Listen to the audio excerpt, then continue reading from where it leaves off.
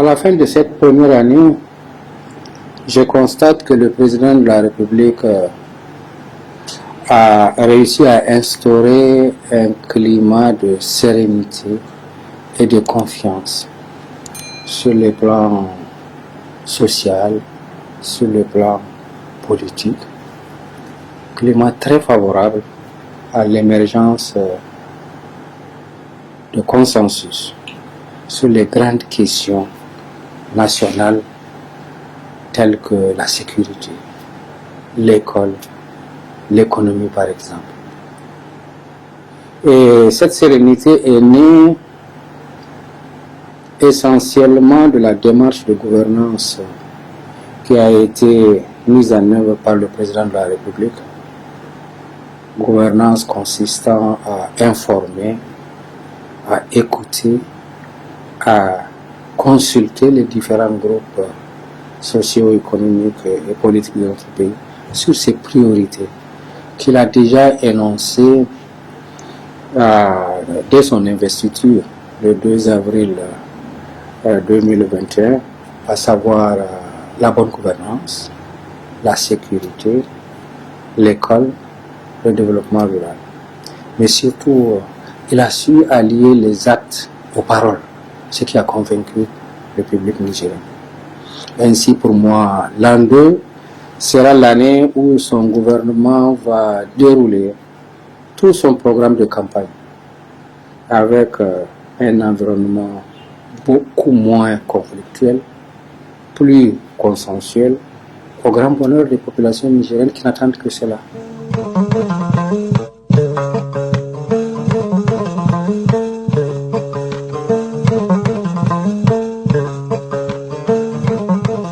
Avant d'énumérer les défis, il convient de préciser les priorités qui sont assignées au secteur agricole, particulièrement à la production végétale.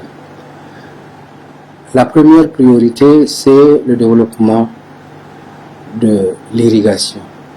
Parce qu'en effet, malgré de nombreuses années d'efforts qui ont été faits et qui ont contribué à augmenter de façon très significative les productions agricoles, surtout pluviales, il a suffi simplement d'une année de sécheresse, notamment l'année 2021, pour tout remettre en cause. Donc, l'irrigation est considérée comme la première priorité en matière de production végétale. La deuxième priorité, c'est les services aux producteurs, notamment les engrais, les semences améliorées, le matériel et l'équipement agricole, l'encadrement, le financement. Et enfin, la troisième priorité, c'est le stockage, la transformation et la commercialisation. Voilà les priorités qui sont assignées au secteur de production végétale. Et en regardant ces priorités, l'État a investi.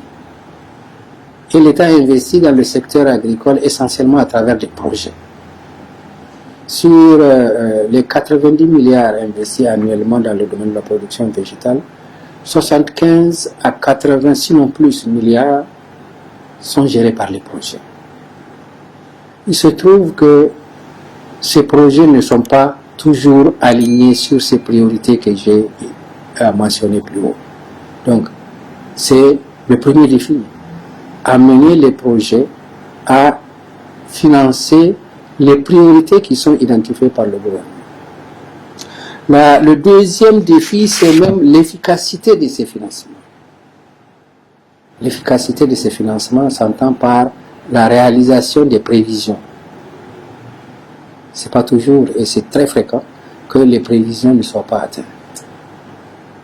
Et c'est important que ces projets améliorent l'efficacité. Ensuite, la faible consommation de crédit. Par exemple, en 2021, il a été libéré 90% des financements prévus pour le développement rural. Seuls 53% ont été consommés. Cette capacité de consommation de crédit est très faible. Cela est dû à des facteurs internes aux unités de gestion des projets, à des facteurs liés aux partenaires qui ont des procédures assez longues et assez souvent à la faiblesse des prestataires, surtout pour les travaux. Donc, pour nous, il est important que ces investissements publics soient alignés dès leur conception. Ça veut dire qu'ils prennent en compte les priorités de l'État. Ça, c'est la première des choses. Deuxièmement, que les nombreuses unités de gestion ne permettent pas une gestion efficiente des financements. Ce qui fait que nous recommandons au niveau de notre ministère qu'on revienne à la gestion programme, comme on le fait déjà au niveau du budget programme. Il faut que tous ces projets soient réunis dans des programmes. Et ces programmes soient gérés par les ministères avec la mise en place des fonds communs qui vont être gouvernés de façon plurielle par plusieurs acteurs, y compris les bailleurs de fonds, qui vont participer à la planification, à la gestion, au suivi et au contrôle de ces fonds qui sont mis en place. Voilà un peu la tendance vers laquelle nous nous acheminons au niveau du ministère de l'Agriculture.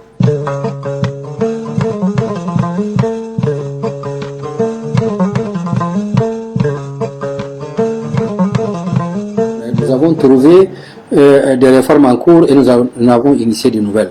Parmi les réformes en cours, nous avons la réforme du secteur de l'engrais, où nous avons parachevé le cadre institutionnel et nous avons opérationnalisé en délivrant un certain nombre d'agréments aux opérateurs pour qu'ils approvisionnent le marché national en intrants. Nous avons également fait adopter la politique foncière rurale qui a été initiée il y a bientôt 9 ans. Nous avons fait adopter par le gouvernement le document de politique et son plan d'action. Cette politique foncière va permettre de mettre en place un cadre légal pour pouvoir permettre des investissements massifs, surtout des investissements privés. Parce qu'actuellement, les questions de foncier rural sont très très épineuses et empêchent des investissements privés. Ensuite, nous avons fait adopter la stratégie de développement du riz, la SNDR. C'est une stratégie dont l'élaboration a été initiée il y a 3 ans et que nous avons fait adopter. Et son objectif est de satisfaire les besoins en riz, les besoins nationaux en riz, d'ici 2030 et même d'en exporter le supplément. Au niveau des semences améliorées, nous avons trouvé une situation un peu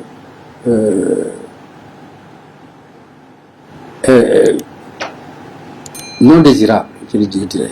Parce que les semenciers, les producteurs de semences produisent pour l'État, pour vendre à l'État. Ce qui n'est pas normal. Ils doivent produire pour vendre aux producteurs agricoles. Alors le résultat est que si l'État n'achète pas, ce sont des problèmes de stock, difficulté de stock à écouler. Alors, j'ai posé ce diagnostic comme étant une situation très nuisible, une situation qui met en danger la durabilité de notre système semencier. Et que, logiquement, les semenciers doivent mettre en place des circuits de distribution aux producteurs, jusqu'aux communes, jusqu'aux gros villages, avec des conditionnements plus adaptés, en petite quantité, 1 kg, 2 kg, 3 kg, pour que les producteurs, dès les premières pluies utiles, achètent ces semences pour les semer. Et non attendre que l'État achemine à partir du niveau central des semences jusque dans les champs. Donc, dans ce cadre-là, nous avons trouvé un partenaire qui appuie les producteurs de semences à mettre en place ces réseaux de distribution privée et nous allons tester ces dispositifs dès cette campagne pluviale 2022. On a distribué jusqu'à 3700 semences pour la campagne passée. On a mis à la disposition du pays environ 90 000 tonnes d'engrais qui sont importés par plus de 150 opérateurs privés. Nous avons opérationnalisé 10 maisons de paysans en leur fournissant des semences, des engrais et de l'énergie électrique solaire. Pour la petite irrigation, nous avons aménagé plus de 1300 hectares pour la petite irrigation, avec tout le nécessaire du réseau californien, etc. Et nous avons réhabilité pratiquement des ouvrages avec 111 seuils et 5 mares que nous avons creusés pour réhabiliter. Et dans le domaine malheureusement de la grande irrigation, nous n'avons pas pu faire de réalisation cette année, mais nous avons fait des réhabilitations sur 2850 hectares et nous avons protégé les digues à Niamey, si vous avez dû le voir. C'est cet aménagement pour protéger 1174 hectares. Et la lutte contre les ennemis de culture, où nous avons intervenu 83% des superficies qui ont été déclarées infectées. Et nous avons introduit des ennemis naturels de la chenille mineuse sur 160 000 hectares environ. Et les criquets pèlerins, nous avons fait régulièrement les prospections. Et enfin, en termes de technologies nouvelles, l'INRAN a introduit autour de 54 technologies nouvelles en milieu agricole. Voilà sommairement les réalisations physiques qu'on peut rapporter, mais il y en a beaucoup d'autres.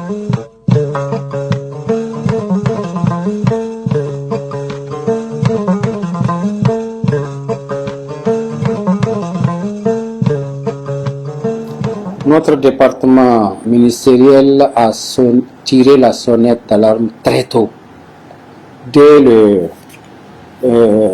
7 octobre 2021, où nous avons fait une communication au Conseil des ministres pour mettre l'accent sur le caractère préoccupant du déroulement de la campagne. Nous suspections déjà que cette campagne risque de ne pas répondre à nos attentes. Suite à cette communication, le gouvernement a aussitôt dépêché les missions ministérielles de préévaluation sur le terrain, et les missions de préévaluation ont confirmé cette tendance-là.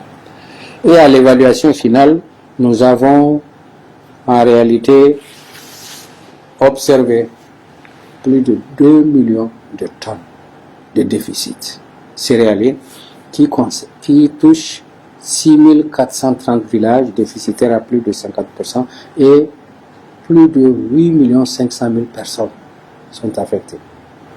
Donc c'est au regard de ces lourds déficits que le gouvernement, comme vous le savez, a élaboré un plan d'urgence pour couvrir les différents secteurs. Dans le domaine agricole, nous avons élaboré un plan d'urgence de culture irriguée d'environ 11,4 milliards qui doivent nous permettre de produire plus de 150 000 tonnes d'équivalent céréalier. Actuellement, nous avons mis ce programme en œuvre sur environ 40% de prévisions et on constate actuellement au niveau des grands centres de consommation, au niveau des villes, une disponibilité assez substantielle de produits maraîchers. Et concernant Niamey, actuellement, nous sommes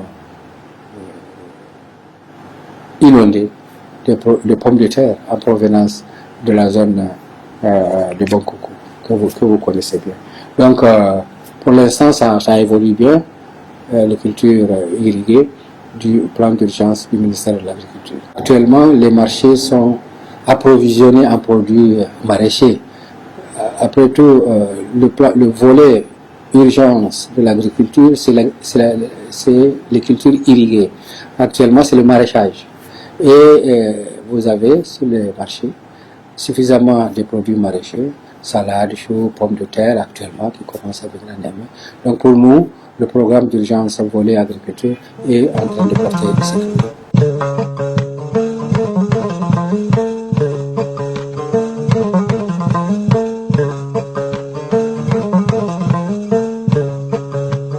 Il faut rappeler que dans le programme de campagne de son Excellence M. Mohamed Bazoum, président de la République, chef de l'État, il a été retenu un certain nombre de filières, qu'on a appelé filières, les programmes phares.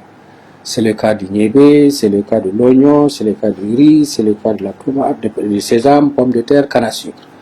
Normalement, ces cultures doivent être développées pour aboutir à la mise en place de l'agro-industrie. Pour l'instant, nous avons les résultats d'une étude récente qui nous disent que ces produits en réalité que je viens de citer sont compétitifs pour certains, aussi bien au niveau national que régional, pour d'autres au niveau national. Mais dans l'ensemble, cette étude de la CAPEJ qui a été diffusée en juillet 2021 montre que la compétitivité de nos produits agricoles diminue constamment sur les 15 dernières années. Nous avons bien sûr la compétitivité sur les produits, mais notre part régresse, du marché régresse. Cela est dû à l'absence ou à la faible accessibilité au crédit pour les investissements et parfois très faible investissement, c'est des petits investissements familiaux, nous n'avons pas de grands investissements. Difficulté d'accès aux intrants, les semences et les engrais, difficulté de transformation, nous avons beaucoup de problèmes, et assez souvent difficulté d'encadrement. Le personnel est insuffisant pour bien encadrer en réalité ces transformations. Alors toutes ces contraintes ont eu lieu et exercent leur effet dans un contexte de questions foncières cruciales. Aujourd'hui, l'accès au foncier, surtout à des grandes superficies pour l'investissement, est très difficile parce que nous n'avons pas clarifié beaucoup de choses. Et c'est ça d'ailleurs le sens de la politique foncière rurale qui a été adoptée, qui permet de définir le cadre, de déterminer ce qui est à l'État, ce qui est au privé, afin de favoriser les investissements. Donc, il faut signaler que plusieurs de ces contraintes sont quand même déjà identifiées par l'État et qui a essayé de mettre en place des solutions. Maintenant, il reste à l'État d'accélérer et d'amplifier et de mettre à l'échelle les solutions préconisées pour que rapidement ces chaînes se développent et que ces produits et d'autres aboutissent à une certaine industrialisation au niveau de notre pays. Chaque année, plus ou moins 200 à 300 milliards de plans de soutien pour appuyer les ménages vulnérables. Cette année, nous sommes aux alentours à plus de 400 milliards. Si vous prenez le plan de zone 160 milliards et le plan de soutien autour de 280, nous sommes au-delà de 400 milliards de plans de soutien. Chaque année, nous le faisons. Imaginez que ces 200-300 milliards sont investis dans l'irrigation. Je suis convaincu qu'au bout d'un certain nombre d'années, nous aurons de moins en moins de plans de soutien à élaborer. Nous aurons un système de production agricole durable qui nous permettra de subvenir à nos besoins. C'est pourquoi je lance personnellement un appel à tous les Nigériens pour qu'ils investissent dans la production irriguée sur des superficies de plus en plus grandes et pour dégager des richesses qui sont utiles pour le pays et surtout pour reculer l'insécurité alimentaire.